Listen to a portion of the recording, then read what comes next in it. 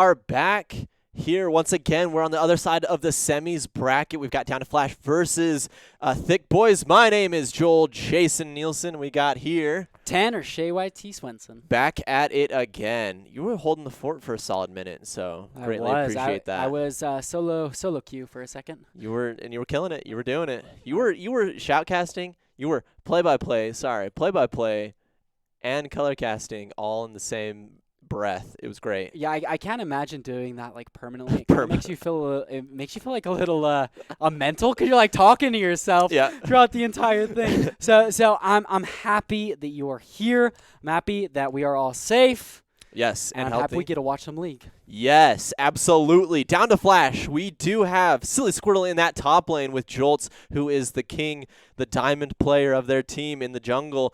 Flashback is their sub mid laner, and Hide the Fish and Yomi Hime as the support, bot and support, respectively. And then on Thicc Boys, we have Jimmy Boobjob with Mr. One Bear in the jungle, Mono mid, Quads and Samuel Gray in that bot side. So let's talk. What are we doing? How are we feeling on these with these guys? What are we expecting? So Jolts, obviously. Yes. For Down to Flash, we're hoping that we can get him on some sort of carry jungler, some high damage output, right? Similar to Lee Sin. Yep. He has definitely shown proficiency in that champion. So I'd like to see Jolts on that, and then people setting their lanes up to be ganked.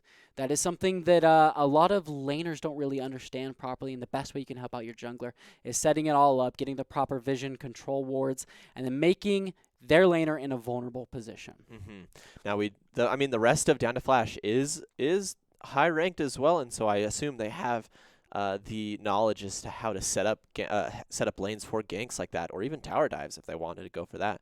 But we do have our sub in Flashback. Yes. We've never seen him show up, at least on the stream. He might have played off stream, but he's not. We don't know. He's kind of a dark horse to us. He could be the weak link in the fence, or he could be the titanium rod. Yes. For the team. Exactly. But what's scariest about that situation, he's going to be squaring up toe-to-toe with Mono, which is a monster in his own right. A monoster. Yeah. Yes. I'm retiring from commentary. All right. We do it. Okay, Mono in that mid lane, who has been a force to be reckoned with, showing up versus Flashback. He will have to create. He will create a problem for Flashback. But we like we said, we don't really know where Flashback's going to be in the rest of this team lineup. And so not only with Mono, we have Samuel Gray, who is I would say he's the monster of the team. We saw him showing up in previous games as his Pyke, getting so many kills with his ultimate, giving so much gold to his teammates, and setting up every play. Yes, and honestly, props to both Quads and Samuel Gray. Quads can hold a lane by himself, while Samuel Gray is allowed to roam, and that's part of the reason that Mono can pop off like the way he does, is he's got great teammates. Samuel Gray honestly came out with some mind-blowing plays on that Pyke, just getting ultimate after ultimate, and I would really like to see him on it again. Hopefully in one of these games, I want to see him on the Pyke again. We shall see. Pro Draft has been going for a little bit. We did have a struggle bus to get it here for us to view.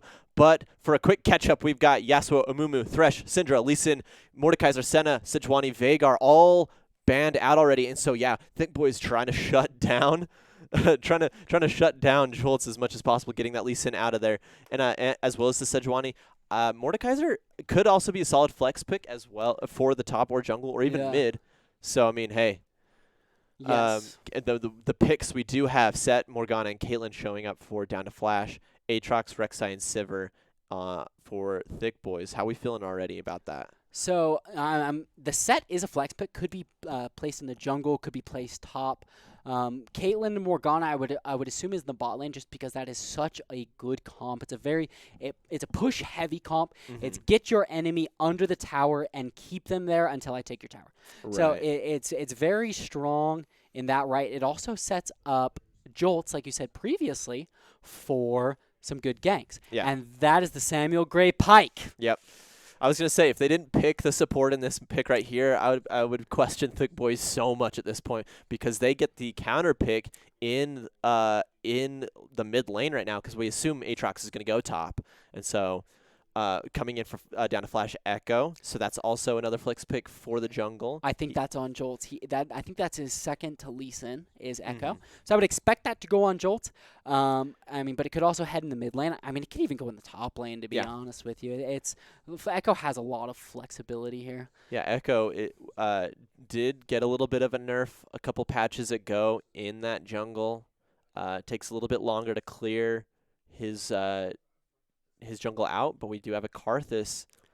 Ooh, which is another sort of flex pick. It's only played in the jungle right now, Yeah, but I mean, in he was a mid lane mage, yeah, for 8 other seasons. exactly, and he can even be played in the top lane as well. Just like being able to be on your top island but affect the rest of the map. Yeah, Like he's very strong in that sense too. But if I had my best guess, I would say set top, Karthus jungle, Echo mid.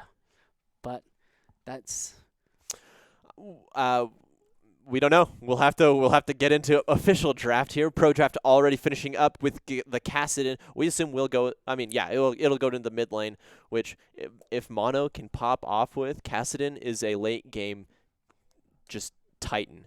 yeah. He will be unkillable, and everyone just melts away. He is like the sun. You get too close to him, you're gone. Exactly. And so right now there are 2 champions that have like the most pentakills per game. They're like leagues away from the 3rd place.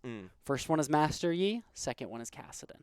So just your potential of 1v5ing is absolutely ridiculous on Kassadin. Perfect for mono, especially with the Samuel Gray backup. I'm a little bit worried about their front line. I think that Rek'Sai is really all they have, and the pseudo tank Aatrox with his healing. Whereas on the side of down to Flash, we do have Set, which is a monster, and then the pseudo tank of Echo. Yeah, I think Set is a good pick. We do have him showing up for Silly Squirtle taking him, and then yeah, Jolts with the Karthus. I mean, in the end, it's going to be an intense jungle pick. Karthus is just so strong. I'm disappointed that we're not going to be like, whoa, look at all of these flashy plays. The worst we could see is Jolts breaking his index finger pressing R. Yeah. You know, that's the most outplay we get with a Karthus there. So a little sad that we're not seeing anything flashy coming from him, but that's some massive damage for Jolts, and we can see him getting the gold, getting the kills, and just one-shotting everybody. Yes. Plus, the range on Karthus' slow is ridiculous. Yeah. It's very long, and it's a pretty hard slow. Plus, it lowers their magic resist. So ganking mid lane, Echo is actually going to do more damage when Kassadin walks through the wall of Karthus. So The taffy wall. so. I mean, hopefully we can see some pretty lit ganks. But Karthus, by the time it kind of gets to the end of the game, your whole point is to jump into the middle of the team, die, and then ultimate. Yeah, I don't see it any other way. That's the whole point for him is to live to die to ult. It's a strong pick here. Okay, we do have everyone clicked in. Yes. We got about 3 minutes till we're jumping into Summoner's Rift. So I will cover this portion. Thicc Boys, I think, have kind of a big chance. I think if they can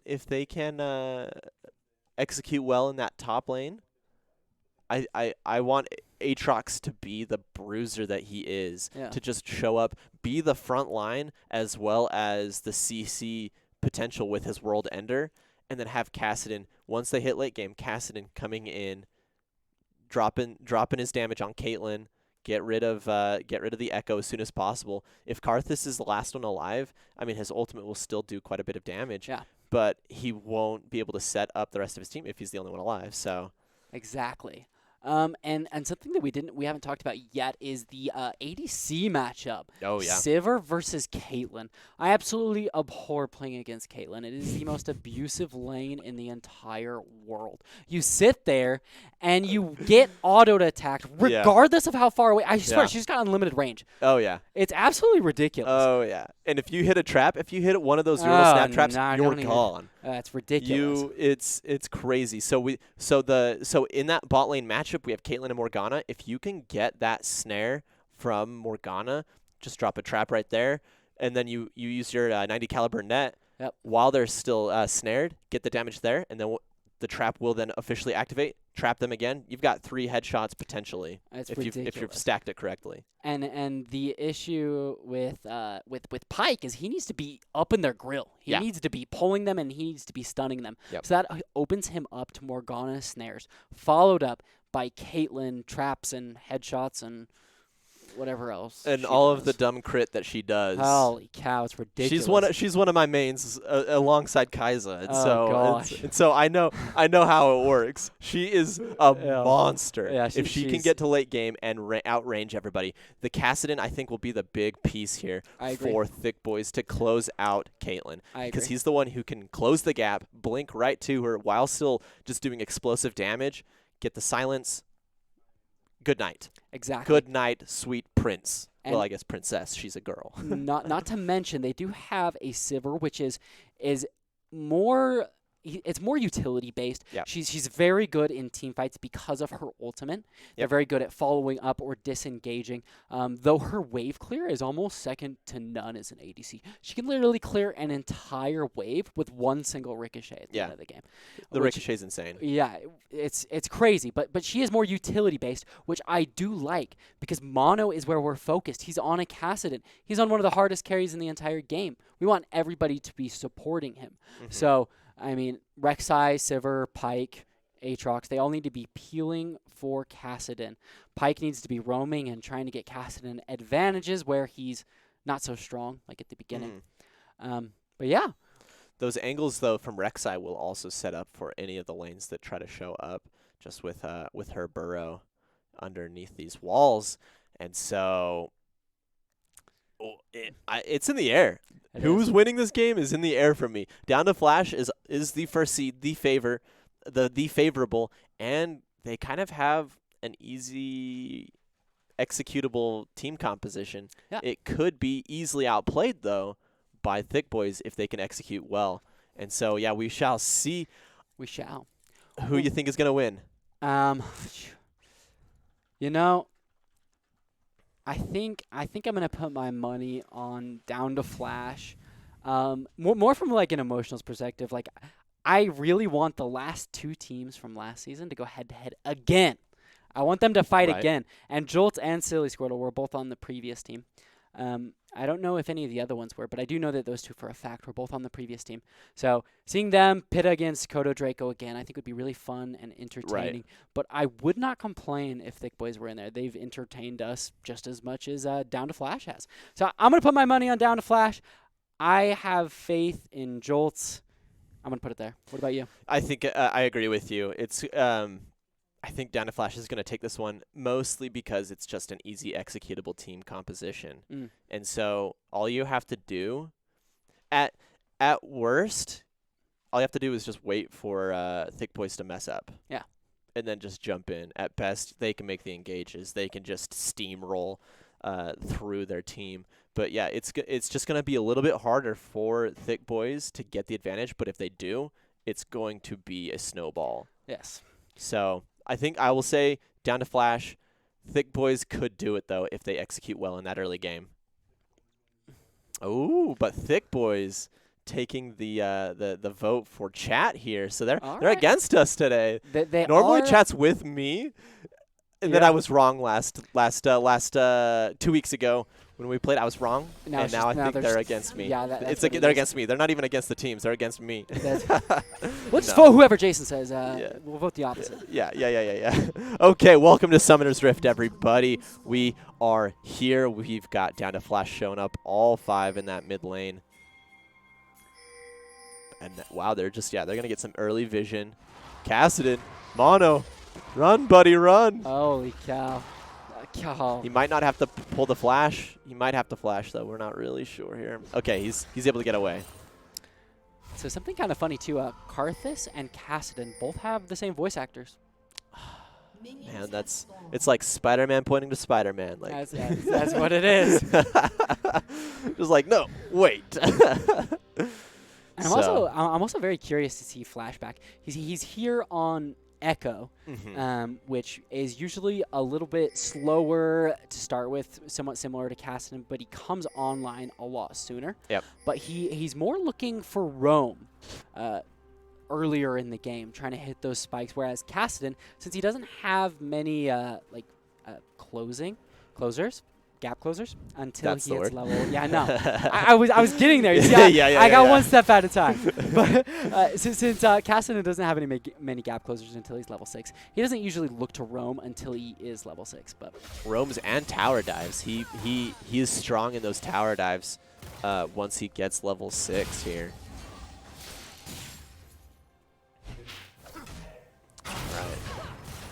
Ooh, and we got action coming here in the bot lane.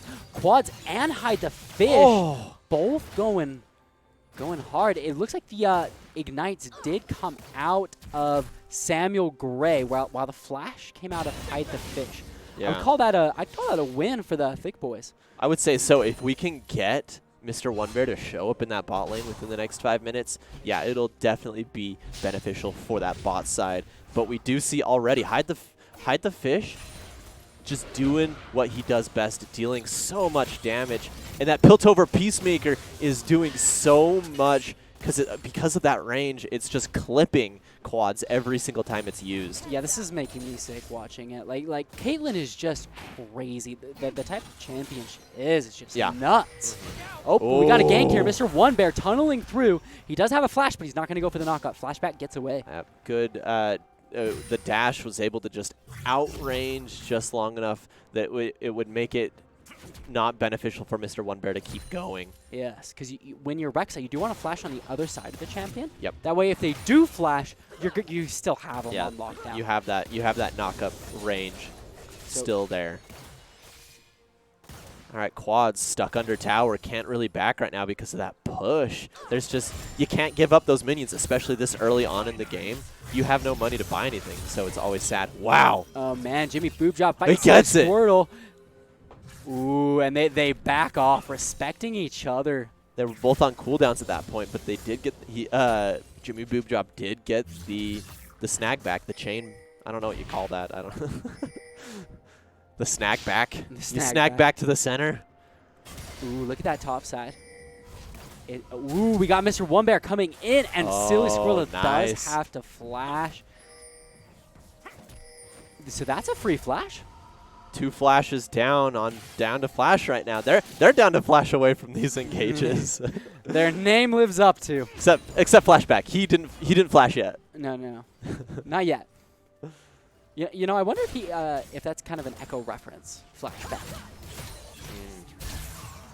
Chat, tell us. Is it? Who knows? Ooh, but Silly Squirrel out damaging Jimmy. Now I want to highlight that for 1 second. Jimmy did stutter his auto on that minion. That could have been detrimental if the cooldowns were a little bit lower, which they will be later on in the game for Silly Squirtle with the set here. He has to be comfortable with how this champion works. Yo, Mahimi. And the flash for the movement speed, but unfortunately, Hide the Fish couldn't quite get that last auto off. If only there was an ace in the hole, but we do have a gank coming in. Flashback Trying to catch out Samuel Gray. He does proc as he dashes in, but the stun does not hit Samuel Gray. Flashes. Mr. One Bear on the hunt, looking for Flashback. Flashback doesn't see him yet. He dodges, misses the Q. The knock-up underneath the tower with the pullback. Mr. One Bear getting first blood. I respect the roam from Flashback. I do not fault him for that, because that was, he was trying to collect that kill. He was super knowledgeable with the use of his stun on Samuel Gray. Luckily, Samuel Gray still had his flash, so, I mean, hey, you got that burned. The problem was I mean, once you dive and you mess it up. It's just unfortunate that you get caught out by Mr. One Bear. So I liked the roam. I liked the pressure. Flashback is doing well. It was just an unfortunate catch out. Yeah, I mean, he's playing Echo the way Echo should be played. Yep. You know, like I said, you clear wave and you roam. You do it right, and it was unfortunate that Mr. One Bear was there. And unfortunately, because of Karthus jungle, you don't really have a jungle until level 6, and then yeah, and then you just have a jungle everywhere. So yeah, Karthus just hang out on your side of the jungle, full clear everything. If you got a neutral objective up, get it. But if not, just hang out, get gold somewhere else. Ooh, and Mr. One Bear's coming in. Silly Squirrel didn't spot him. Oh, World Ender. There's no flash up in the movement speed from World Ender. Jimmy Boop Job. Wow. Oh, Silly Squirrel throws him out, but the Karthus ult comes in. Is he going to get the kill? He does get the kill on Mr. One Bear. Silly Squirrel gets the heal. And I don't think Jimmy Boop Job's going to be able to kill him. He does get... Oh, Silly He's Squirtle. missing. Oh, we got that last one. He did get the last one, but Silly Squirtle did stop the first two. Wow. Good stuff. You just can't fault him. You can't fault either of the teams here for what happened because it was a perfect engage. And Silly Squirtle was just doing so well dancing between the skill shots of Aatrox. But then you just got a Karthus breaking his index finger, pressing R. The Ignite taking the kill, though. Samuel Gray. The trade kill coming in from Hide the Fish on quads. It's just support versus support right now. Here we come. Finally getting some of that damage. Yeah. Once so we have the ult, which is a solid power spike for Kassadin, but once he hits level 11, it's pretty much game over. Oh man, Yomihime going hard on Samuel Gray. Gets the knockup. Yeah, he gets the binding on him. Oh, wow! Stopwatches the ult. Honestly, it was worth it because they didn't share the gold and Flashback's coming in. He's looking for Samuel Gray, but he can't find him. Samuel Gray's not invisible. Flashback does have ult up. He also has backup in the form of Hide the Fish. Oh, yeah, Hide the Fish. Flashback still had his ultimate, and he's able to save it right there thanks to Hide the Fish. And now looks like there is Dragon priority for Thicc Boys. So unfortunately, I don't think there's much that Down a Flash can do here. They just don't have enough damage and nobody in the area. Hide the Fish is in bot lane, Flashback is in mid lane, but I say they just give this one up. It's a Mountain Drake. It's really not all that important to the carries. So some good stats maybe for Jimmy here, but I mean, yeah, it's just a token in the lineup of five Drakes there to get the soul. Nice pull from Silly Squirtle, getting Jimmy Boo out to real low. Now Set really is going to take off at this point because of his Haymaker. Yeah. Jimmy is dealing the damage, which is stacking the crit insanely fast. So once he uses Haymaker, that shield is literally half of his own health already. So he just gets full health again halfway through the fight. Holy cow, Silly Squirtle. Taking down Jimmy Boob Job under his own tower. Gets away with still more than half of his health. That's what we're going to see for pretty much the rest of the game. And there is a Bramble Vest showing up for Set. I was looking at that, and I've never played Set before, so I'm not quite sure his build. But honestly, just the healing from Aatrox, that just completely eliminates it, because you usually want to weave your empowered auto attack between your Qs. Yeah, that mitigating the healing from Aatrox is so important because of that's the kit of the Bruiser build right there. That's of his Bruiser build. And so we do have the replay once again of the kill here in the top lane. So Jimmy's just chilling under his tower, can't do anything because he's so low. Once we get that wave coming through, you do notice Silly Squirtle just walks up. Gets the he does get his Showmaker there, or Showstopper, that's the word. Does Showstopper him against the wall, and that's just all it was, is just an easy kill After that, 1-2 turret shots were dealt onto Silly Squirtle there, which doesn't do enough for him. Isn't gonna kill him. Yeah, and unfortunately, Mr. One Bear was a little late to the party. He did show up, but it wasn't until Jimmy Boob Job was already dead, and the ultimate coming out from Yomihime. Ace in the hole. Ace in the hole, but it's blocked by quads and the spell shield. Mr. One Bear is on the prowl, but Jolts is here. They do get the binding, plus the corrupted soil. They're going to take him down. Wow. Jolts doing so much damage. Samuel Gray is low. Does Jolts have? He's got his ultimate. He could just use Requiem right now and get a double kill. But looks like he's going to hold it, maybe try and give the... No? No? Okay, wow. Oh, it's mana. I don't think he has enough mana. Oh, you're right. Oh, man, Mono's coming through, though. We did have a kill in the top lane, too, though. Silly Squirtle taking down Jimmy once again. Oh, and that's... Oh, no. Samuel he Gray flashes away. And Mono is going hard. Wow. Getting the double kill. Jolts. The only thing he had was health. He had no mana at that point. That was insane. And Flashback just doing work. All right, we got the kill, the second kill in the top lane here. So we had Facebreaker, World Ender, and show me the flash of Haymaker gets the kill. World Ender wouldn't even let Jimmy survive. Just insane plays here. Silly Squirtle really showing up here, and so. Yeah, and it is somewhat unfortunate because Mr. One Bear is a little bit behind in terms of farm, in terms of kills. Oh, I think he can get it though. Oh no. Oh no. Requiem. Is it enough? It is. It is. So that's a 1-for-1 trade. Mr. One Bear going down. Jimmy Boobjob is too low to stay. Jolts is looking for him, but he may just be wasting his time. Jimmy knows where he is. Wow. Insane plays there. Even at the disadvantage Silly Squirtle had, he was able to do so much, get so much mileage to get Jolts that kill. And so now we see Jolts here is 4-1. He has half the kills. Not only that, but he has the most CS in the game. Uh-oh. Mono getting low. And you know, that's kind of what's frustrating too about fighting Echo, is it doesn't matter how low you get him. Just ult and you're alive again. You know that you're not going to be able to kill him.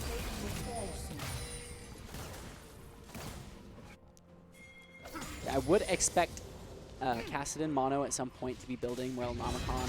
They do have quite a bit of healing on their team. Caitlyn, you have Set as well as Echo with his ultimate.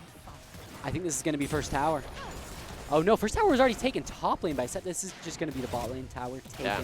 Easy tower here for the bot side. Mr. One Bear though, waiting for the opportunity. Trying to get the angles. Tunnel in, but Flashback is here. Oh Yomihime gets low and goes down. Hide the Fish is low.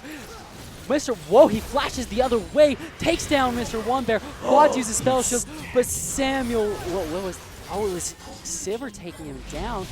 But Silly Squirtle, are you enough to take down Mono? Run! He goes down. Samuel Gray is the only remaining member. Flashback is here. Samuel Gray has not yet left vision, but there's the stun, stunning both of them up. What a play coming in from down to Flash. It looked like it was all in favor of Thicc Boys there, but no. Once Silly Squirtle showed up and Flashback, Mono had nothing. He had to get out, and then Samuel Gray was able to... Mono died. He tried to get out and then died, and then Samuel Gray was able to get away with just a sliver of health. And so now that's an easy dragon. Inferno Rift at this point. This is going to be such a volatile game for whichever team gets the soul here. It's one soul each, or one dragon each with the Cloud and the Mountain Drakes, respectively. Yes, so, I mean, these Drakes are going to be amazing on both Karthus and Kassadin. I mean, both these champions, they basically just build straight AP. So, yeah, definitely looking to see these fights over the Infernal Drake. And, you know, I do think that the Cloud Drake is a little more beneficial on the side of DTF. It lowers Kassadin's, Karthus's ultimate. So, if I was to choose between the two for down to Flash, I would definitely say that the Cloud Drake was a better pick out of the Mountain and Cloud. No, I definitely agree there. And so we have the 80 carries rotating in the mid lane. There isn't any neutral objectives right now, so they're kind of just trying to stay here. Oh, hide the fish. Nice 9 caliber net ult the wall. But we got a Karthus ult coming out. Requiem. Quads is getting low. Already used the spell shield, but Yomiuri is low. Samuel Gray executes him. Is he going to be able to get away? I think he is. But the Ignite comes out. I think it's going to take him down, and it does. Thicc. Flash back with the cheeky Ignite. The second that he got a glimpse of Samuel Gray, he popped that Ignite. That was reaction time. That was fast. That was smart. Smart stuff. He was trying to, Samuel Gray was trying to just use the Blast Cone to shake up the chase. But, yeah, you're dead. You are dead with that Ignite, and that's a third tower going in favor of down to Flash. 0 towers for Thicc Boys. They're at quite a disadvantage here with the gold difference being 6,000 gold. That's 2 full items. That's 2 big boy items there. Ooh, Mr. One Bear engaging onto Jolt. Jolt does pop the stopwatch, or is that a zones? But anyways, Jolt still does go down by Mono, shut down to the carry for Thicc Boys. And now Samuel Gray is onto Yomiuri, while Mono and Quads are both onto Flashback. Oh. He does get the stun on Mono. Can he get out? He dashes out, but Jimmy Boob Job does knock him up, while Quads takes him down. I'm seeing this once again as Jimmy keeps missing his 3 stacks of Q.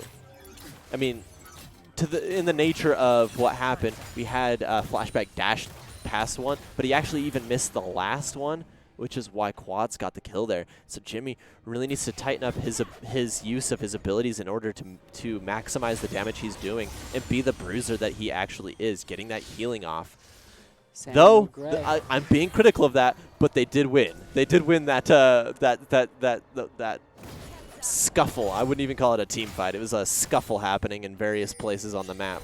They did, and that was actually very beneficial to their team. It puts them in a position where they can actually come back from the deficit, where all their carries can get fed. But it looks like we got engaged here. We got the... You see, Jimmy misses the last hit, but he does hit the chains. We got the Requiem coming out. It does so much damage, taking out both Sam and Mr. One Bear, and Quads stopwatches the ace in the hole, but the Piltover Peacemaker barely misses. We got Yomiuri waiting here in this bush, waiting to see if someone will step forward. They do, but the binding does miss.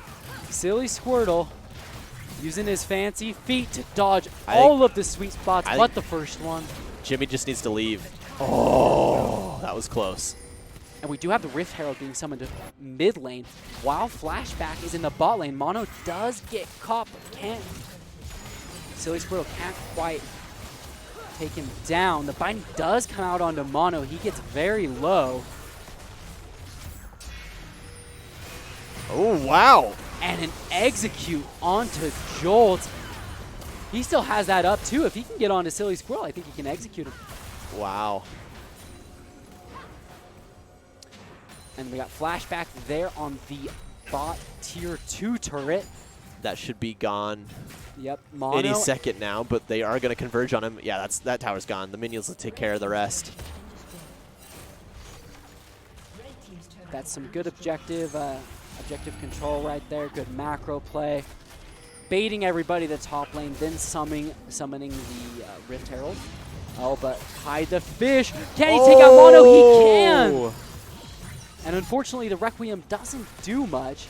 It may give Yomiuri the possibility to kill him. Binding comes up a little bit short. Flashback is on the prowl.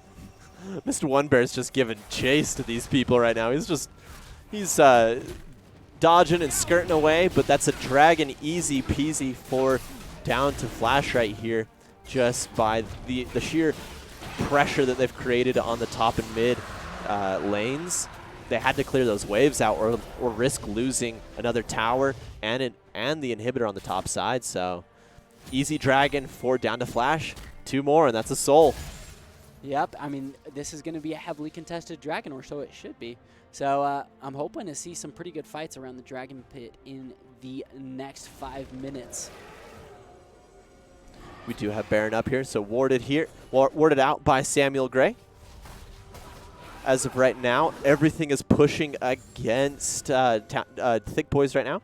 We see in the bot side, all kind of pushed it through till right there, right at the mid side of the bot lane. Mono gonna be here to clear it out. Silly Squirtle maybe trying to get a cheeky play on Mono, which He is 2 levels up on him. he's got to be careful. Oh, Mono. And there's the slow. Blade of the Ruin Keem proc. Mono has to get out of there. Yep. That's unfortunate because all Mono wants to do right now is farm and get fed. But Mr. One Bear gets caught up by the binding and then pounded by Jolts and Hide the Fish. This opens up the Baron. Karthus just does so much damage to single targets that things like Baron and Drag go down so quick. And unfortunately, because Mr. One Bear was the one that got caught out, I don't think there's much that Thicc Bois can do. They're going for Silly Squirtle because that's the only option they have. And that speed coming out of Jimmy. Oh my goodness, he's going to take out quads. Karthus ult comes down, does take out quads. But unfortunately, he was killed by Jimmy. I'm not sure how beneficial that was.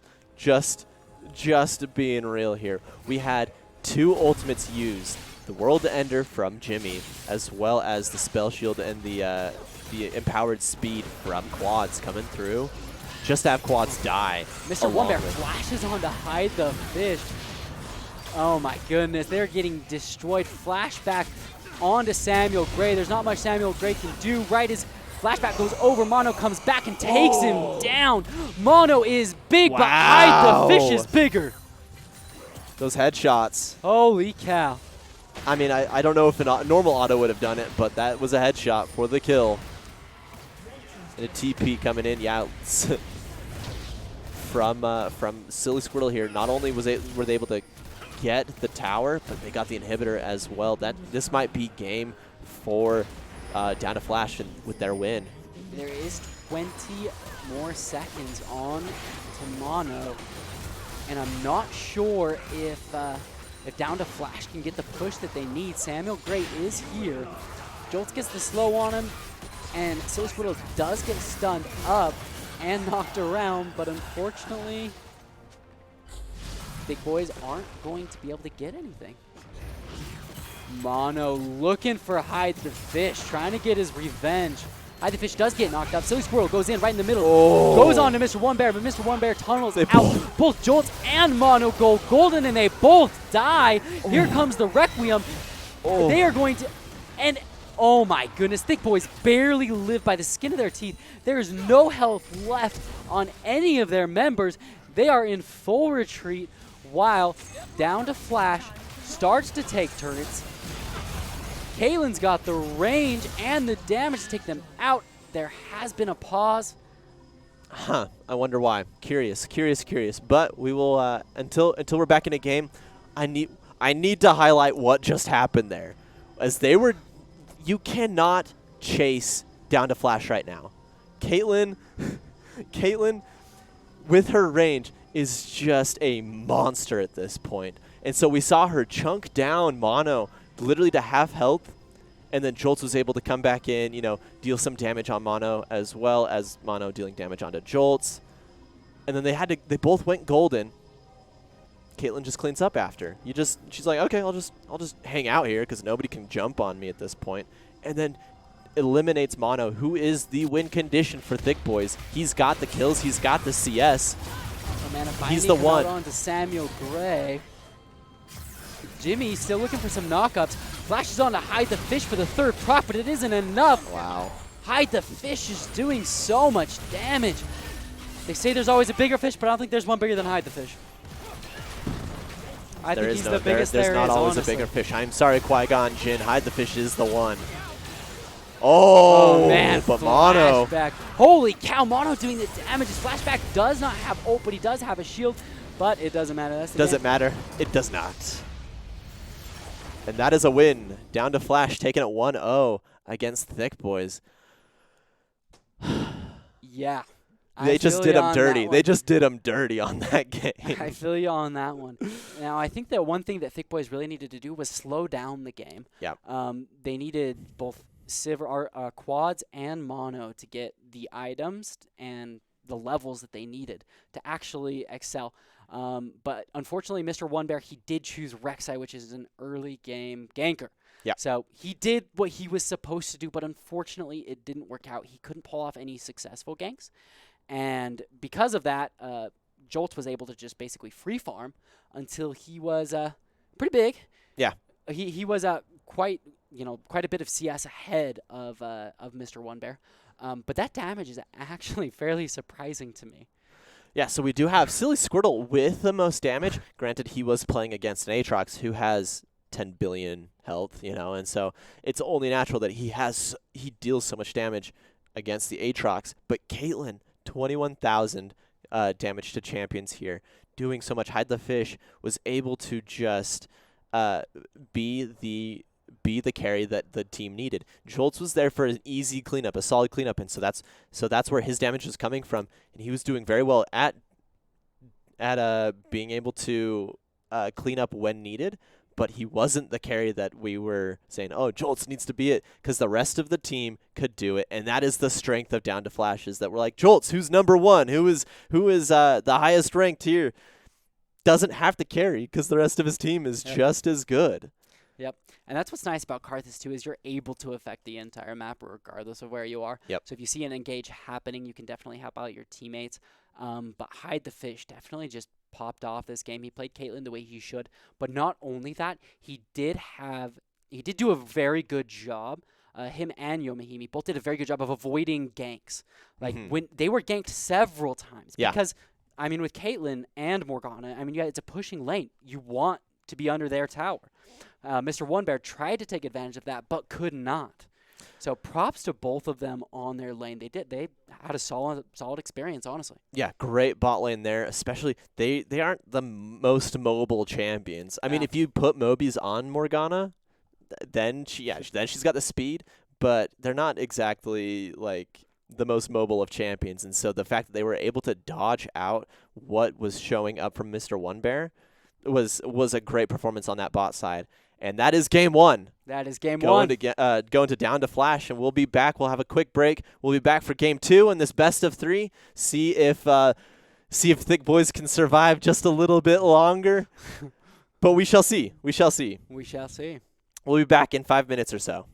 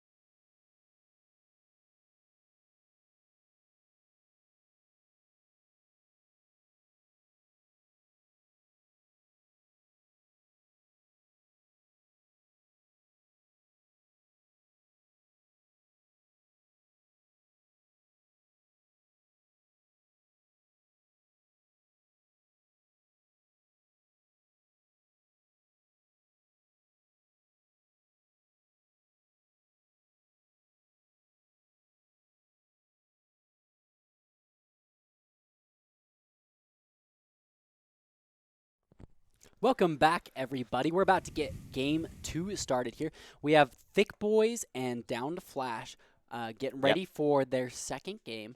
But Thicc Boys did lose the first one. What needs to change? What's going to win them the game?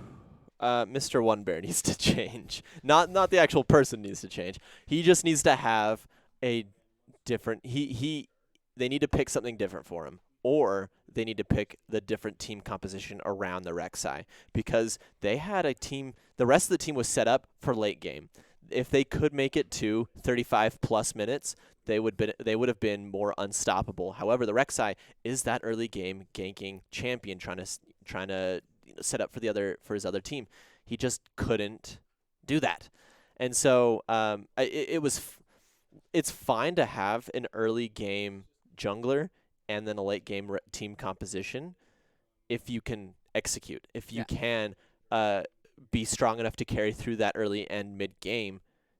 But he just wasn't there, unfortunately, and so it was a team kind of dead in the water until late game, but late game never came for them. Yes. So I think that's one of the big pieces is that One Bear needs to either get a different champion that highlights him a little bit better or highlights the rest of his team better, gets them fed, or get the Rek'Sai and then work around it a different way.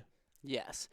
And in the top lane, there was a pretty large disparity between the two players.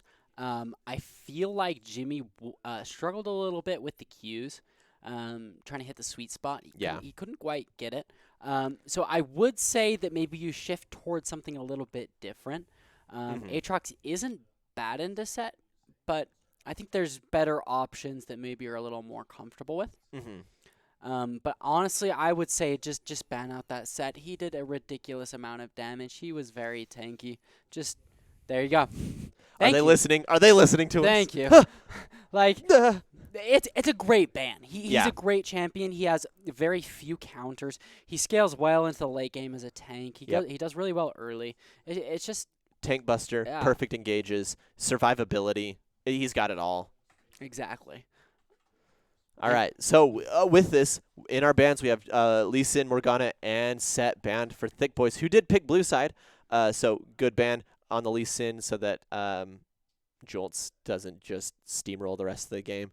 I think the Morgana's a good ban as well because she was so powerful in that bot lane that really shut down Quads and Samuel Gray getting those snares. First pick Senna, though. We could see here as the AD carry or the support. We'll have to see still what the rest of the team shows up to be. But Senna is a good pick. It was banned out last game, and now showing up this game. We get the Leona first pick as well. If Senna is the support, that's very worrisome because Senna is very squishy. And if you have two squishy champions, Leona is going to make your lane not very fun. So good solid choice in the Leona, followed up by the Misfortune. Very good early game ADC. She can do a lot of damage very early.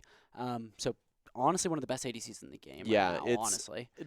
Tethered together with Leona, it's just so deadly. It's insane the amount of damage that can be done if if Leona can snag her Zenith Blade as well as the Solar Flare to get the stun and the slow. Bullet Time will just do what it does best. Okay, we do have a Morgana pick, or not Morgana, Mordekaiser pick for Down to Flash, which could still be a flex between the top jungle and mid lane, though we could see mostly top and mid. Yes, they did buff Mordekaiser in the jungle, which is really nice as a top laner, honestly, because once you clear a lane, you just go to the enemy's jungle and start clearing their jungle camps. Easy peasy. Best buff I've ever seen. Good stuff. We do have the Sejuani and the Xayah banned out in the second phase of bans. Yeah, still trying to still trying to shut down Jolts here.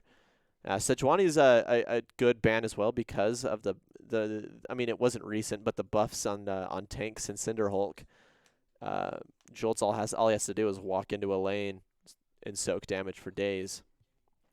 All right, and the Veigar ban as well as the Tom Kench ban, trying to force Senna into a weird pickle at this point. Yeah, there's not much else that's it's very good with Senna right now. Yep. I'm not sure if like Tarek or something like that would be a all right alternative to Tom Kench.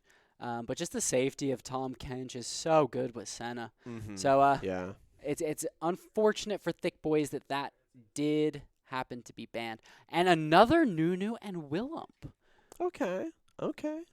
The thing that we saw with I believe Needlessly. yeah, needlessly large rods. I was like, not Gar Crush 2. Yep. Needlessly large rods had with Nunu is like he was hoping to have damage, but he didn't. Yeah. Like Nunu, like you either do insane amounts of damage and be squishy, or you do tank Nunu, which he was kind of building half and half, and on the other one we saw. So I like this that we have such a thick front line for down to Flash. We got Leona, we got Mordekaiser, and Nunu and Willump. Or Nunu and Willump could really show up and just deal damage in the end. Galio and Ari are picked for Thick Boys. So that's going to be a Galio Senna bot lane. That's what it Or looks an like to Ornn me. Senna bot lane. I could see that as well. I could see either one, and then I would assume Echo is in the jungle. Yep. Whereas Ornn or Galio is in the top lane, Ari mid lane. Mm-hmm. Well, something also too that I noticed about Needlessly is once you start rolling the biggest snowball ever, you go really fast. Yeah. And if your team isn't already there, they're not going to get there. So it just takes a little more preparation. Kind of similar to like a Scion ult. Like, you need to tell people that you're going in. Yeah. So I think just communication helps with Nunu, but we will take a look. Diana is the final pick. I would assume that is for flashback, but it could be flex top switched with Mordekaiser. So. I mean, we have also seen her in the jungle, but it's a Nunu Willump in the jungle for sure. Oh. And so Jolt's still kind of taking sort of the back seat when it comes to being the hard carry of the team, allowing the rest of his team to be highlighted. That's an honorable way to go. It is. He definitely has a lot of faith in his team, seeing that he may be the highest ranked player, but he knows that he can't do it by himself, and therefore spreading his advantage using tankier champions and things like that to all his other laners, it creates 3 fed champions instead of just 1. Right. So we do see the Ornn picked in the top lane. So that will be Galio bot side, which is a good pick. He's tanky enough, allowing to soak the damage instead of Senna having to be double squishy in that bot lane. The taunts will be pretty insane as well. Yes. Though he's not exactly the most meta of supports. No, my biggest issue with him as a support is his passive. His smash. Right. Because it does AoE, it becomes impossible to freeze waves and stuff like that whenever they're proccing their relic shield. Yeah. That I kind of get frustrated with that as an ADC. Just like, I want to freeze. Right. And but you can't. You can't. It's a perma push. Yep. Always. Yes. But he is a great forced distraction. When he taunts, everybody's forced to worry about him and not Senna. All right. Let's get the rest of these bans underway. Get the picks. We will see the Senna in the AD carry role, the Galio in the support role, and then on down to Flash side we will have Misfortune and Leona. And I've got a pit in my stomach if I were playing against down to Flash with this team composition. Caitlyn, please. I think that was the taunt of the Caitlyn last game. I don't. Oh, and the Teemo taunt. I love it. The devil himself, the devil Yordle himself, Teemo. Oh goodness, Teemo. And Samuel Gray on Galio is pretty scary as well, because I've noticed too when I play Galio, it doesn't matter if I go Aftershock or something like Electrocute, I do damage. Galio does damage. Even as a support, he does quite a bit of damage. So seeing him on Samuel Gray is certainly a scary thing, especially with Samuel Gray's ability to roam. He does like to roam, and Galio definitely likes to roam. So he definitely synergizes with Samuel Gray's playstyle. So I'm excited to see this one. I'm assuming it's probably going to be the fasting Senna, but we'll see. Yeah, we could see that happening quite easily, getting a fasting meta or a fasting Senna strat going. There we go. Just trying to get my words out right on that one. Galio most likely taking that relic shield, or I guess he does AP. So yeah, relic shield. Yeah. Relic shield. Okay. Yep. I always forget the shoulder guards are AD. I never go shoulder guards There's when I not go many support. champions that do, quite honestly. Like, there's not Yeah. many AD melee supports. I mean, when I go Nautilus, I go relic shield because he's a tank, and then all ultimates have AP scaling. Yeah, And so I you think his just get a shield little has- extra damage out on his depth charge. But that is neither here nor there because he's not even in this game.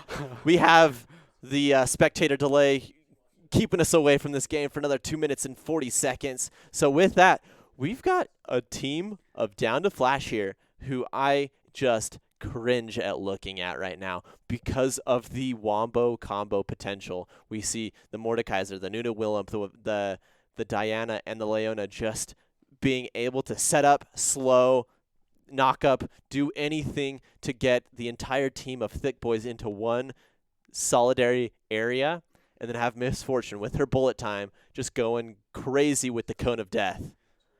That is the scariest thing I could ever see. Yes, and you'd think that the Call of the Forge God would be helpful, but Call of the Forge God isn't very helpful when you're in the Death Realm. That is actually one of my favorite things to do as Mordekaiser. Is once Ornn calls his Forge God, you just take him to the Death Realm and bye Ram. That's There's no more it. Ram Yep. rolling towards you for another knockback. Yep. So honestly, Mordekaiser versus Ornn, it's a great matchup. If Ornn is ever trying to stop the bullet time with the Call of the Forge God, it's not going to happen. Mordekaiser's there.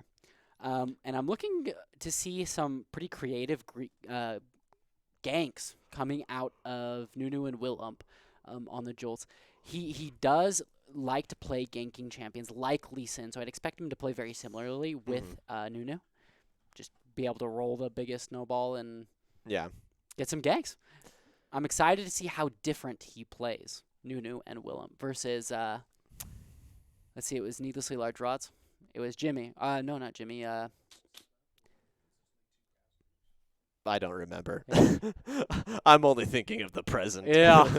Too much information. Oh, overload. man. Either way, I'm looking for the differences. See Yeah. how differently he plays Nunu and Willump, and see if he can make it work. See if he does something different. Honestly, just Yeah, I definitely see that. So Thicc Boys, though, on their side of the map, it's going to be tough. It's because Ari is gonna have to find a pick on the Misfortune or the Diana, one of the two. But Diana later and later in the game will just survive for so much longer. So he's gonna have to look for those picks. Echo or Ari are gonna have to look for those picks on the Misfortune to just try and shut down the rest of Down to Flash. But Diana does have a close second when it comes to drop-in damage, so it's gonna be a tough uphill battle, I think, for Thicc Boys. My vote goes to Down to Flash right now. I'm with you on that one. I said at the beginning of the series, and I'm going to stick with them. I think Down to Flash is going to win. But the fans of Thicc Boys are staying faithful. They have all voted, even though Thicc Boys lost last game, they're still sticking with them. I respect that. Yeah, you gotta be diehard. If you're gonna be a fan, you gotta be diehard. You can't be flip-flopping once TSM starts losing. You can't be like, oh, I'm not a TSM fan anymore. So that's just a joke, though. We saw TSM actually do pretty well. And so we'll be jumping into Summoner's Rift in just a second or two or three, maybe 4. Or 5 seconds, maybe. In a spectator second. Yeah. However long that actually is, we're going to be there in a spectator second. Yeah, so it's going to be I think it's going to be an uphill battle for Thicc Boys, though, unfortunately. Well, I think it is as well, but if they can get a good team fight off, I think that's where their team will really thrive. Yep. With Call of the Forge God, with the Galley ultimate protecting the entire team and knocking everybody up, with Ari just kind of skirting along the sides, throwing hearts and balls and whatever else she does. Yep. I think that team fight is where they'll definitely excel. So I expect them to kind of take the laning phase a little more passively. Yeah. And then once it gets out of laning phase, I expect them to kind of just step on the gas. Let's see if Thicc Boys can be patient about this, and let's see if Down to Flash can combo their way to victory. We will see, and let's see here. Believe we're there. Yep, here we are. Into Summoner's Rift. Welcome to Summoner's Rift. Oh.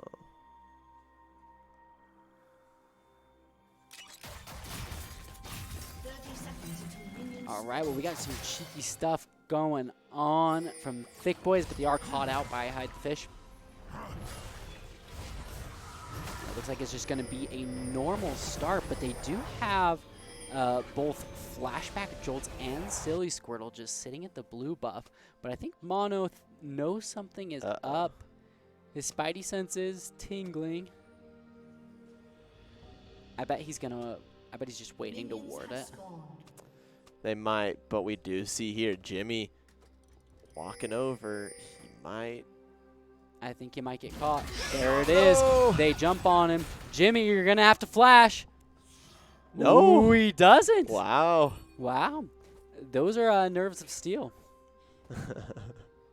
We do have the ward down here on blue side now, so they will be able to see if Jolts wants this blue, which he will take. So we should see that vertical jungle happen, Yes. unless there's intense priority happening here for down to flash. They might be able to push Mr. One Bear off of the blue buff, but no, he's rotating right to it.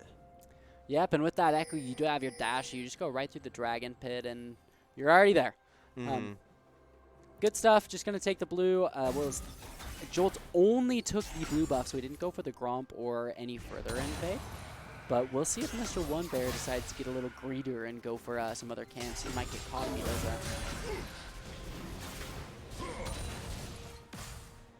So we do have, that Fasting Senna strat with the Doran's Ring on the Galio, so he'll be able to get that extra mana replenishing of mana. There we go. As well as his AP, and then the Sickle. Ooh, Mr. One Bear looking for an early gank. He does dash in. He's only level 2, but the charm comes out. Good charm. They get both procs of the orb, but it is not enough to take down Flashback. No summoners were used. There's no ignites either, and so I assume if there was an ignite, they would have jumped in maybe a little bit more, took another turret shot to just try and confirm the kill, but no, they had to back away afterwards. And now Flashback being pushed back to his tower, and Silly Squirtle pushing Jimmy to his tower. Yeah, unfortunately, Jimmy is still feeling the effects of the engage earlier, but we got Jolts coming in with a That's hard over, gank, yeah. followed up by an ignite, and he is down. Jolt's First, taking the kill. And we do have a pause here. We won't know particularly why that happened, but yeah, I do believe it said that Hide the Fish left the game. oh, did it really? Yes. Rip, hide the fish in his internet. Hide the internet. Yeah, so that gank was actually done very well. He took a creative path. Even though the river bush wasn't warded, he didn't want to take any risks. So he did roll the snowball through the upper part of the river lane and caught Mono off guard, where Flashback was able to dash in an igniter, and that secured the first kill. Good stuff. Good stuff. Not a lot already. Not a lot happening quite yet on Summoner's Rift here. Not too much to talk about, I guess, as to like any leads that are being taken or throws being made. But there is a almost 1K gold lead already for Down to Flash, and we're seeing just about even going on here. I will say though, there might be a lot of Quicksilver sashes coming through for the side of Thicc Boys if they want to survive the mid to late game against that Mordekaiser, especially for Jimmy to, if he wants to use his Call of the Forged God but get sentenced to the Death Realm, he might need to Silver Sash that back so he can get the Ram to actually get the knock-up for the MF. So Yes. that's what I was thinking. Maybe they're going to have to play such a defensive way in getting things like the Silver Sash, which is kind of an expensive item for being a mid-tier item. Exactly. Yeah, and he's not going to build it into the Mercurial Scimitar either, and there's really no point as an Ornn. Right. So you're just buying it for the active, Yeah. which is kind of unfortunate, but it's necessary, especially with a Leona. Like Quicksilver Sash, you can never go wrong with it. It's it's a great item for any sort of CC, and there's quite a bit on the side of down to Flash. So wouldn't be a horrible buy. We shall see what happens once Hide the Fish comes back. Does get try and get that internet to really just do your job, please. Just do your job, internet. We're all in quarantine right now. We need internet more than ever. Yeah, could you imagine if the internet went out? I don't know what I would This world do. would die. This Oh. world would die as we know it. We would go back to the Stone Age. I will start writing things on stone again, Oh, jeez. just for the memes of that. But let's see here. How are we thinking so far with the team composition, with the first blood already dropped on for Jolts, getting that extra gold? And do you think we have Thicc Boys coming back for game 2 right now? How we looking here? So I think it still depends a lot on when we get to the team fights. I think that is going to be the major decider of things. Mm-hmm. I really think if Thicc Boys can pull off a great engage followed up by all the damage and CC follow-up that they have, I think they could definitely get to the point where they're standing toe-to-toe in terms of gold with Down to Flash. But if Down to Flash doesn't give them that opportunity and continues to do what they're doing, picking people off one by one when they least expect it, then I think that Down to Flash is just going to take the game away. It's going to snowball, just like News. But Ayo. Yeah, no, I definitely agree. There's no reason for Down to Flash to need to do any team fights right now. If you can just get those easy picks with Jolts getting that extra gold, he'll be able to either, if he wants to go that damage route, he'll be able to just drop the damage, allow his teammates to pick up the kills or even get the kills himself, or he can go for tower dives and soak up damage, allowing his teammates to just go straight damage and get, once again, get the kills. All right, yeah, it's still internet issues, still trying to get that back. It's going to be a minute here for Hide the Fish to be back here. But yeah, once again, back to it. I think Jolts is just going to show up in lanes, get the priority in those lanes, get the neutral objectives if they need to. Yeah. But I don't think that's like their big focus. They'll obviously want to get them, but it's not like let's play macro here. Let's play the big macro. It's let's have Nunu go for tower dives. Let's have Nunu start the engages, and then just let the rest of the team get the picks off until late game or mid to late game, and then that's where they shine. Just wombo combo, get the kills. yes, and I do think that Nunu benefits from a lot of the utility items as well, like Dead Man's Plate, Righteous Glory, things like that, where he can make the snowball go faster. I think he definitely benefits from those. So just that extra gold in his pocket increases his ganking potential down the road. So I do think that gold is where it should be on Nunu and Willump. Right. And like you said earlier, it also gives him a little more objective control with Nunu being that much further ahead of the Thicc Boys on the other end. So No, definitely. I mean, sometimes you're like, man, is the gold going in the right place to the support, But on Jolts, because he's just such a volatile player, he's so skilled in whatever he does. He can convert that gold into something much better. exactly. Even if he's not a damage carry. Exactly. So It's more like just investing your gold. And yeah, get more into gold in the future. later gold. Yep. You get Yep. paid out later. Nunu's just a big piggy bank. That's what I figured out. Absolutely. Now let's talk about Flashback, our sub for Down to Flash. Okay. We were like, I don't know, he might be the weak link here. Yeah. We saw in the first game on the Echo, he was doing his job. He did get picked out a little bit, He did. but he still was like he was doing really well. He was. I was impressed by him, but I'm still not sure that he's not the weakest link. Yeah. Like with those mistakes that he made, there wasn't many mistakes made in other lanes. Like if you think about it, Silly Squirtle up top, he did well. I can't think of very many mistakes that he made. Bot lane is the same way. I think they did really well at avoiding mistakes. But I did see 2 or 3 mistakes from Flashback that I think could have been prevented. But that was just one game on one champion. It's hard to get an opinion of a player like that. So it's nice to see him here on Diana. I really liked his follow-up. The faith that these players have in each other is just ridiculous. Mm-hmm. Like, I would never do something like that in solo queue. Just jump in under tower with your jungler. It's scary. Right. But, I mean, they just do it. They trust each other. They know that they're going to get the kill, and they do. So, I mean, I think that him on Diana I'm a lot more impressed with than him on Echo. But we'll have to see how the game continues on, get a little bit more of an opinion. But Definitely. I think as of right now, we can say that he, I mean, he might not be the star of the team, but I wouldn't say he is a weak link because he's not. He's not actually giving up a lot. He's not feeding another laner on the opposite end of the map here, and so he does have that synergy with the rest of the team as well. He's got that solid communication. He knows what's going on. He's aware. He is committed to the plays that they're making. Exactly. So he may not be the star, but he does play his part. Yeah. He does what he's supposed to do, which is fair to say. And you can also tell that on a mechanical level, he is on the same level as the rest of his team. He is very, very talented mechanically. Just a couple questionable plays roaming-wise. But, I mean, you can't predict everything in a roam either. He didn't know Mr. One Bear was there at the time when he did get picked off. So, it's hard to say stuff like that. When you roam, there's always a risk that you run. And unfortunately, sometimes that does backfire. Yeah. And it did on him that one time. But who's to say that next game, when he's Echo, he does the same play and gets a kill? It's just kind of luck of the draw. So Yeah, absolutely. Luck of the draw there. Flashback.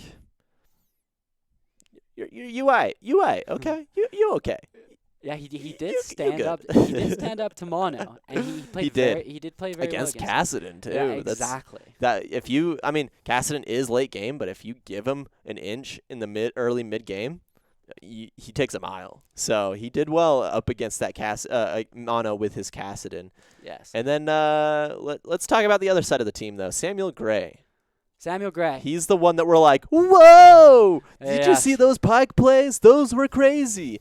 And then he was given some spice last game, but couldn't really keep up. And now we give him the Galio here, who's going to be that AP tank that just will have that map pressure once he gets Hero's Entrance. Yep.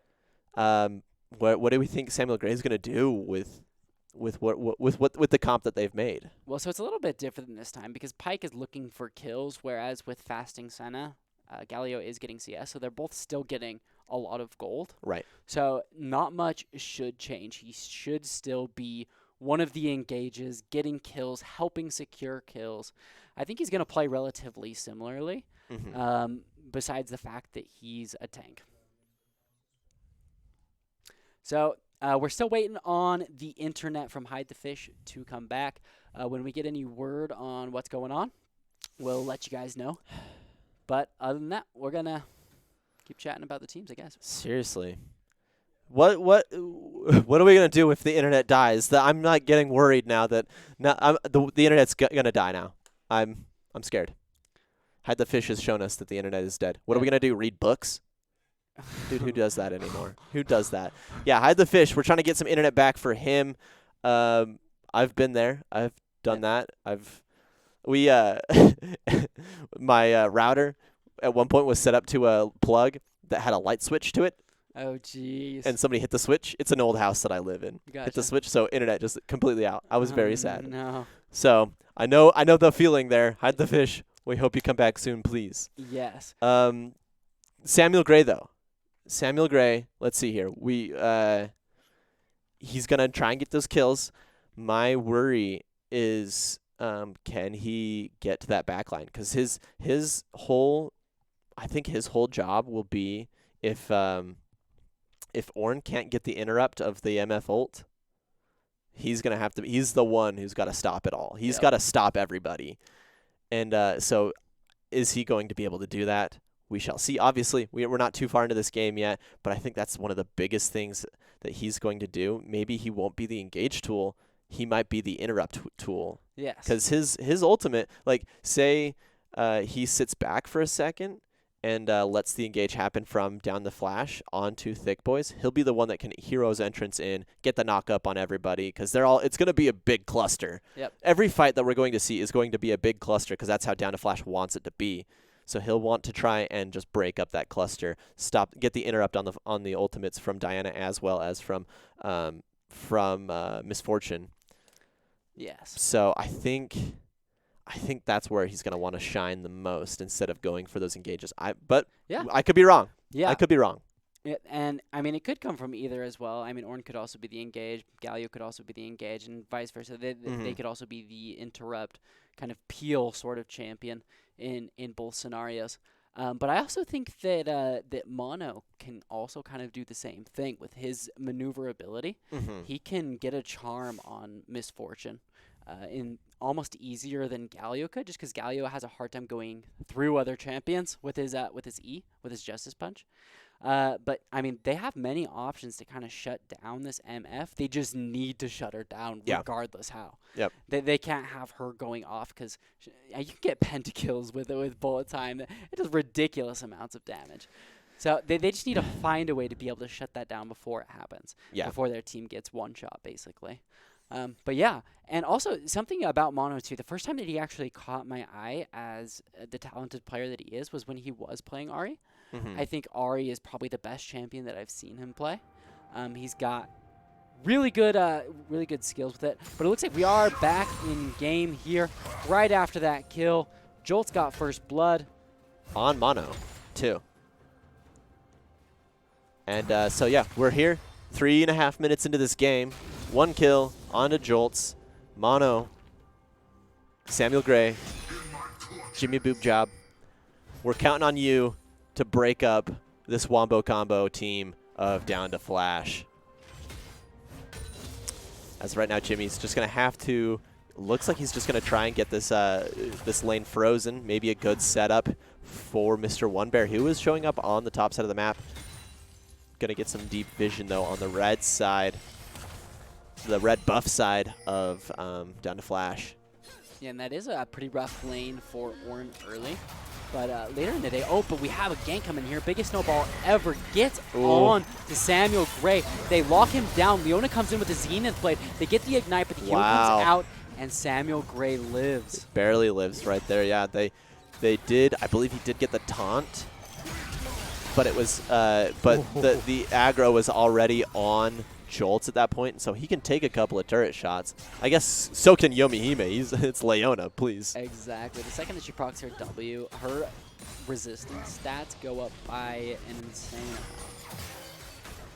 And you know, it's kind of unfortunate. Hide the Fish, if you didn't see that there, he did just flash to try to finish off the kill on a Samuel Gray, but couldn't quite do it. So he lost the one advantage that he gained from that fight. Oh. Holy cow. Double tap, I did not though. expect that. Holy cow. Double tap is the most surprising ability every time I play against Misfortune. Wow, I always misjudge the amount of damage that comes through on the bounce off the second kill. Yeah. Well, it's ridiculous. Or on the too, first kill. Because I never anticipate the angles as to which it can shoot from. Sometimes it just blows your mind. Flashback getting a little ambitious here, though. Keeps jumping in on Mono. Ooh. Mono barely misses the charm. One more orb will kill Oh, Flashback, though. man. Flashback getting a little greedy there. Now that was the edge of Ahri's orb right there, which at that point, at the tip of her orb, deals true damage. So there's no armor that can be built that won't deal all of the damage. It's gone. And so yeah, good kill. Mono getting a kill for his team, getting some gold in his pocket. Maybe he's the one we're looking towards to be the damage carry, be the interrupt of Misfortune. It is 2 kills to 1 here. 1 kill on Misfortune has a kill. Jolts has a kill. Hide the Fish has a kill. I mean. Yes. And hopefully Hide the Fish can take that kill and push it into basically owning the lane, getting some turret plates, and just snowballing from there. That's definitely one thing that you should do after you get ganked, is you should increase the amount of gold that you made from that gank. So So we'll see if that happens. Lane priority is given to down to Flash right now, so they're able to get an easy Ocean Drake here. Won't be Soul, because this is the first Drake of the game, but a little extra mana and health. Yeah. The earlier you regen. can get that Drake, the better, just because in the early parts of the laning phase, it definitely helps to get that small advantage over your opponents. Yeah. Where you just get that much more health, enough to get the kill without dying. Jimmy pushing the lane all the way to the tower here, forcing Silly Squirtle to farm under tower. Ooh, Samuel Gray seeing Yomihime in the bush, but Yomihime gets the Zenith Blade, but she does get rooted up by quads. Samuel Gray gets dangerously low, but does not fall. We've seen this before, and Samuel Gray died by a double tap. Oh, Ooh, wow. We got a fight going on here. Jolt sets up his Yeah. ultimate and takes down Echo. There is no escape from that slow. Jolts is still healthy. He's going to go for this tower dive. Rolling up the biggest snowball ever. He targets Samuel Gray. Samuel Gray gets low while Yomihime hops on quads. They do get the root. Hide in Fish. He starts up his ultimate, but Senna is already dead. But, holy cow, yeah. Actually, Yomihime did fall to that. Yeah, one too many turret shots given to Yomihime and quads getting a kill just because of it. So, not too bad, not ideal. A lot of resource being spent on that bot lane, and quads gets a kill.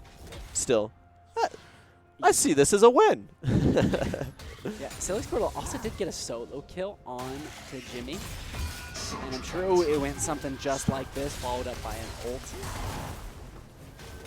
The second that Mordekaiser can hit his grab on you, it's just it's a whole nightmare after that. It's a tough time. Yeah, it is, because he just procs so much from that one hook. Yeah, and he does proc a shield that comes through as well, and so the dueling potential between these two. Mordekaiser is just such a strong champion, and then Jimmy's left to sit there and say, "Yo, I'm straight up not having a good time." Oh wow! Man. Yomihime was knocked up by Samuel Gray in the Justice Punch, and Jolt was rooted as well, but Samuel Gray is caught in a hard place, and I believe that he will die. Give him the gold over to Hide the Fish. If we see here, there's not a lot of vision on the bot side of the map for Thicc Boys, and so when Samuel Gray jumped into that fight, gets the knockup and the taunt, he was like, aha, we got this Leona, who's the only person here. And the moment that happens, you see not only Hide the Fish coming back to lane, but Jolt saying, what's up, I got a snowball, y'all. Oh man, we got a Zenith Blade coming out, and Senna gets so low, and she does fall. Let's just... Hide the Fish just has so much damage at this point. Bullet time. Cow. Forcing the ultimate out of Mr. One Bear. She flashes the Justice Punch of Samuel Gray. She does get ignited. Mr. One Bear is so low, though. I don't think he can go back in. Can Samuel Gray finish him off on his own? Holy wow. Senna ult comes up. Hide the Fish goes down. Okay. Okay. We got one kill on for Mr. One Bear and one kill for Samuel Gray. So good spread of gold going on here. Nice combo coming out of Flashback. Doing just the damage he needs to do and then getting out. It's not worth risking getting charged.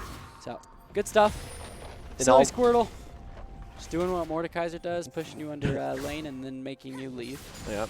And while all of that happened in the bot lane, Jolts was able to just get an easy Rift Herald. First Herald of the day, or of the match at 10 minutes in. So there will be a second Herald if they can get it. And first turret is still available, so it would be wise to use it sooner than later.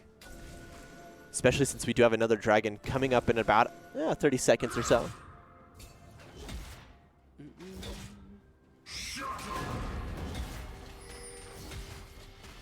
And there's a pretty big disparity in the CS in the top lane. Yeah. Silly Squirtle about 40-50 CS up on Jimmy. The nice thing here is that we have the Haunting guys already on on Silly Squirtle here, so it's just going to do so much burn damage over time, and his auto attacks will do so much work. It pushes Jimmy back to his tower, can't even farm out in the middle of the lane. And there's the Rift Herald getting pulled out right in the middle of the lane. I don't think there's anything Quads or Samuel Gray can do about it. Jolts is making sure of that, and that is first turret in the bot lane. And they might want to try and get a second charge. No, it looks like they're just going to go for the Zenith Blade jungle. gets right on Wow. Mr. One Bear, but the Galio comes in with the Hero's Entrance, and they get solo, but the bullet time comes in. They can't interrupt it. Can they take down Samuel Gray? They can. And there goes Quads as well, going golden for a second, but she is for surely going to die. That was so much going for down to Flash there. Not only did they get kills in the jungle, but they got a second turret with the same Rift Herald. We're like, oh no, they'll walk away, their Herald will die. But no, the Herald was able to get another charge off. Easy, easy pickup of the rest of that tower, as well as a couple of kills. Exactly. We got to see firsthand exactly what happens when you cannot interrupt bullet time. It looked very poor at first for down to Flash. All their members got pretty low. But then the bullet time came out, and it just completely changed the tide of the battle. So it's definitely a scary ultimate. Now that it's on cooldown, though, you might expect Thicc Boys to come out with something, some sort of gank or a fight somewhere. You'd want them to, at least. All right, to highlight this mid lane, though, we have Mono, who was consistently able to deal the damage on Flashback here, though Flashback hasn't died except that one time. It's kind of a back and forth, while keeping Mono in lane. Turret plating will fall soon. If you take a look at that bot side right there, there is a huge string of control wards. They are making sure that they're protected and that they're stopping the enemy team from being protected. The other nice thing is there's 4 control wards on that bot side, but there's also 3 more normal wards just hanging out. So they know nobody's in that jungle at all, which means there's only one other place that Mr. One Bear can be, and that is top side. And so they see that there. They're creating the pressure. Well, there's the Call of the Forge God coming out, and it looks scary. Samuel, Great Quads, and Mr. One Bear getting ready. Hide the Fish unfortunately can't do anything, but the bullet time comes out, taking Ornn real low, but they can't quite take him down. And Yomiuri does survive, but unfortunately, Hide the Fish did fall on him. What an intense play there. It did come out in favor of Thicc Boys, but We do have another engage here. Jolt's coming in with the gank. Yomiuri gets real low. Holy cow, Zenith Blade plus Stopwatch stops him in his tracks, but doesn't let him kill him. interrupts. Holy cow, Justice Punch interrupts the Nunu ult, but he gets real low, but I do not think that he will die here. Just not enough damage. Holy cow, Flashback, this is too close. Charm comes in. Oh, the burn. Wow, and the fade away from Mono. He knew that Flashback was dead. And unfortunately, I think Jolts may be stuck here. Jolt's just snowballing, turning on dimes here. Ooh, Solar Flare misses. Couldn't quite get anything there, not even much of a slow help. We are seeing Thicc Boys, though, kind of showing back up in this mid game at this point. I mostly will say it's because Down to Flash is still kind of showing up in lanes. We had Silly Squirtle in that bot side split pushing. It was only Misfortune and Leona, Yomiuri, and Hide the Fish up in that top lane. And so when all 4 people on Thicc Boys converged, yeah, there's nothing they could do. They'll die. But they kind of overstayed. Jolts showed up, can soak up a lot of damage. And now they created pressure once again to drop another tower. That's 4 towers for Down to Flash, and 0 towers for Thicc Boys once again. Just a dominating fashion for Down to Flash right now. Yeah, so they did take all the tier 1 turrets, so that does open up both Baron and the Dragon Pit completely. They can put safety wards and vision wards pretty much anywhere in the jungle. Baron Pit, Dragon Pit, they own the Rift right now. Yeah, 16 minutes in and they're going to easily get the second Rift Herald. I doubt there will be any contest going on. Though Samuel Gray showing up, getting vision of the pit. Doesn't look like anything's going to happen here, but the Zenith Blade does come out. She does block the Justice Punch. Mordekaiser comes in as well. He hasn't used his grab yet. There it is. But the Call of the Forge God comes out. He flashes, takes Galio Samuel Gray to the Death Realm, where I believe he will finish him off, and he does go down. Echo goes back in time, gains a bunch of life, where Jolts is just chomping everybody and rolling snowballs. But he does fall to Mono, and then a second turret shot takes down Hide the Fish. A flash from Flashback. Mono! But then a slow Mono takes him down. Can he get the Quadra? I'm not sure. The shield came out just in time for Silly Squirtle that the retraction of her orb did not deal enough damage to kill him.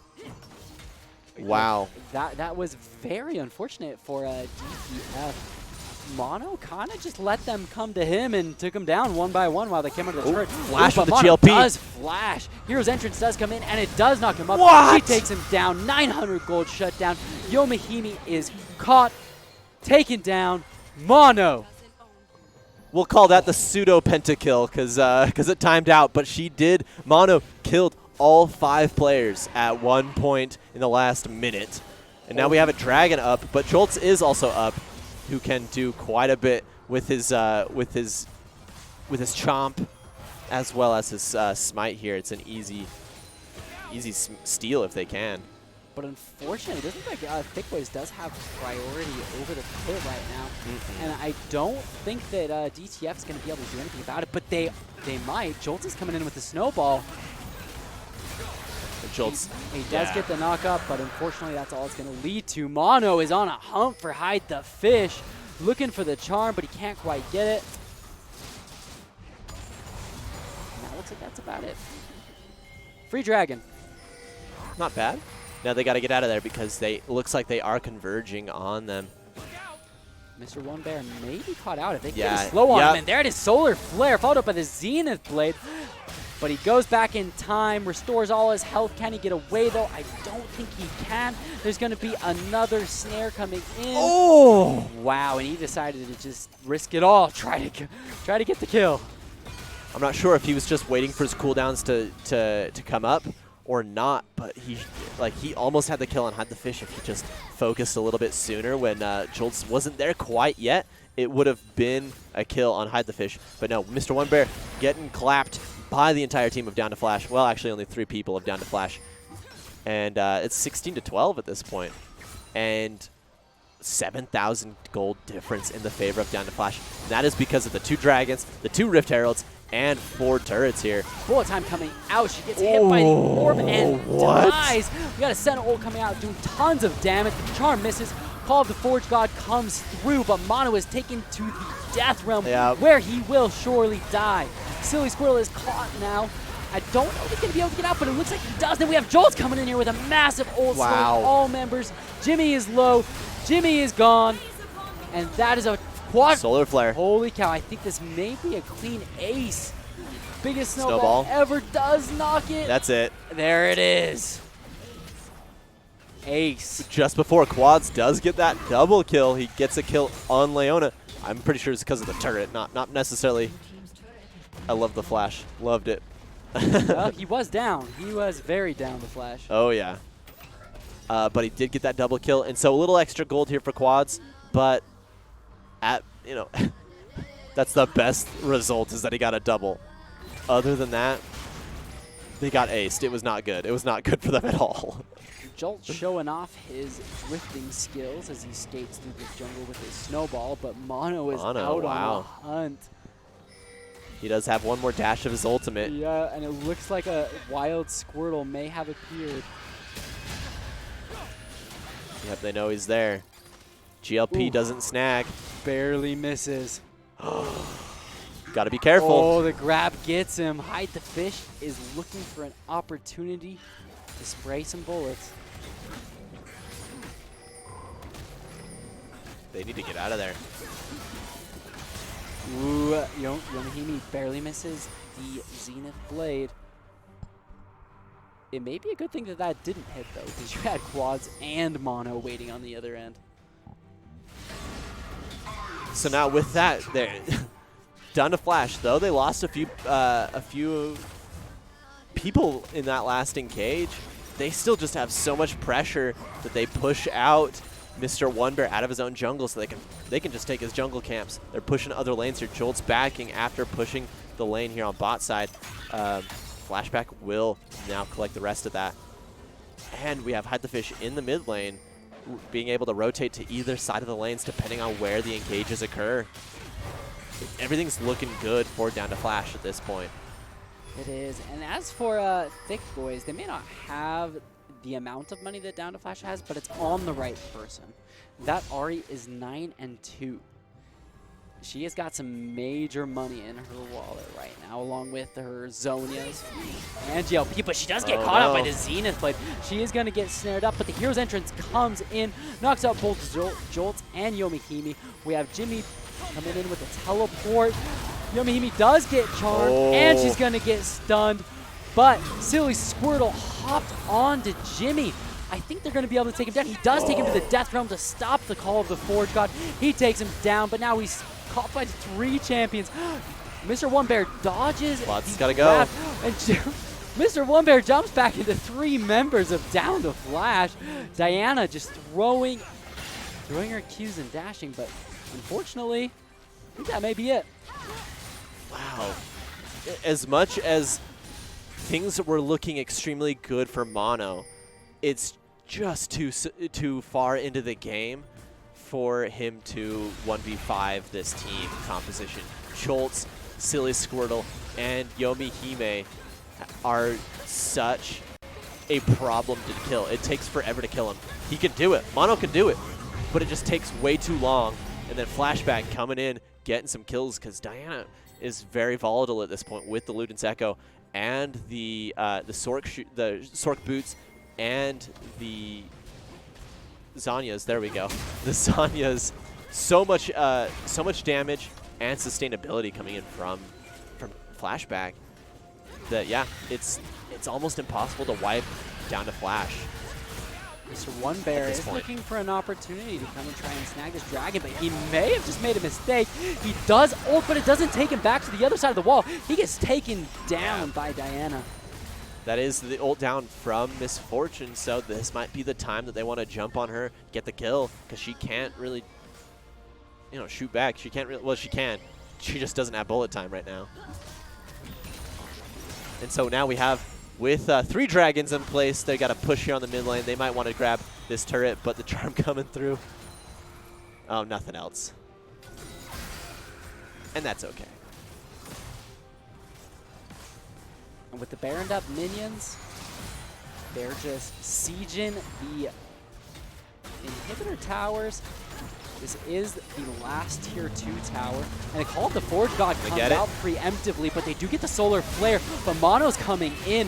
Hero's Entrance, they do get knockouts on both Yomihime and Jolts. Another knockup coming from Jimmy. Yomihime's looking a little, but Silly Squirtle does get stunned up by Mr. One Bear, but he takes quads to the Death Realm, trying to get a mace smash on him. And I think that quads will go down. And now, wow. Holy cow, we got Mr. One Bear running for his life. Jimmy is well under his own tower, can't quite do anything. Squirtle still has his shield, and the fancy feat of Mr. One Bear gets himself away for now. Yomihime does get the stun on him, but yeah, Flashback is definitely in their base taking turrets. Yeah, that, oh my word, that was a 4v5. Down to Flash was already down in numbers because Flashback was here taking base. And the sustain from Silly Squirtle alone, he was taking turret shots, and every time the turret would finally take down his shield was already back up. The cooldown was over. And so his sustainability was insane. And Mono, trying to do what he does best, trying to kill these people, can't do it because there's just way too much health on the side of Down to Flash to get these kills. it's not looking good at all for Mono, unfortunately. Or for Thicc Boys and all. I mean, Mono, but Thicc Boys and all. Yes, it is definitely looking like they may fall here in the next couple minutes. And something else to note, too, that in that last fight, there wasn't a bullet time that was used.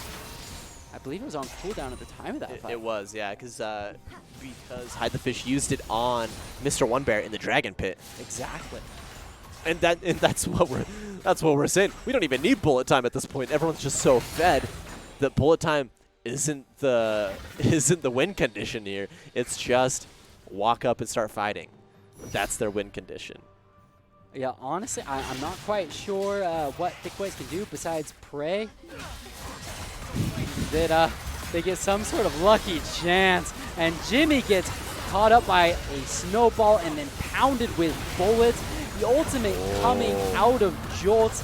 They do take down Mr. One Bear. Mono is hiding on the other side of the wall in the Death Realm. He does get the pole on her. Oh, and she flashes, gets the charm onto Yomikimi, goes golden. Samuel Gray comes in with the heroic charge, and it looks like Jimmy did slay Yomikimi, but they return the favor and take down the entire team of Thicc Boys. For Thicc Boys, they're looking real starved right now because they are going to be sent to the losers bracket, playing for third place against needlessly large rods. That is down to Flash going to finals. That was a massacre by the end of that game. And just, like, what can you say? It's what we saw was going to happen. The Wombo combos, that bullet time from Hide the Fish doing the work it needed to. And then Silly Squirtle, Jolts, and Yomihime soaked up damage. Yep. They were hit so much, and none of them died. Mono was trying to just get one kill on any of them.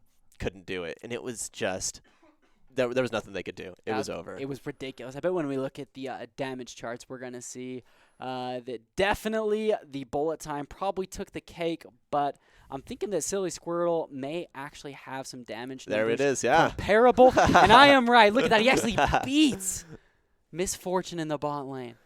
Yeah, that doesn't surprise me, just because the AoE from his passive just does a lot of damage, and it can hit everybody that he's in. So, honestly, great game. Jolts, I was impressed with the Nunu and Willem, the gank potential with the biggest snowball ever. It's just so quick and so hard to react to that even if you ward up, there's really not a lot you can do. Yeah, there isn't much in the ways of avoiding Nunu and Willem. There is so much speed by the end of that. There is so much slow that comes from the rest of his kit that the moment he shows up, you're stuck. You're gone. You're dead. And I will say though, with Thicc Boys, I liked some of what I was seeing.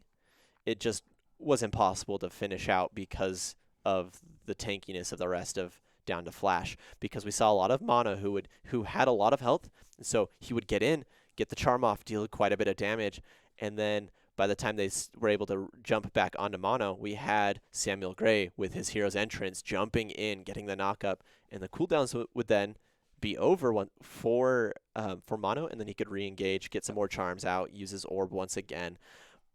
But like I said, just way too much health on the side of Down to Flash. It was virtually impossible to kill him at that point. So, and that's the unfortunate side of Assassins as well, which Ari is kind of a weird burst assassin. Yeah. So if you blow all your abilities and don't get the kill, there's not a very high likelihood that you will get the kill after that point. Mm-hmm. Yeah. And you're actually putting yourself at risk staying in combat. So, pretty rough when you're facing 4 members that are extremely tanky, and you can only take down one of them, and they're all being you're being peeled off of her from the rest of the team. Right. So it was very unfortunate. I do think that Mono played a great game. All of Thicc Boys actually did play a great game. I think their communication was solid.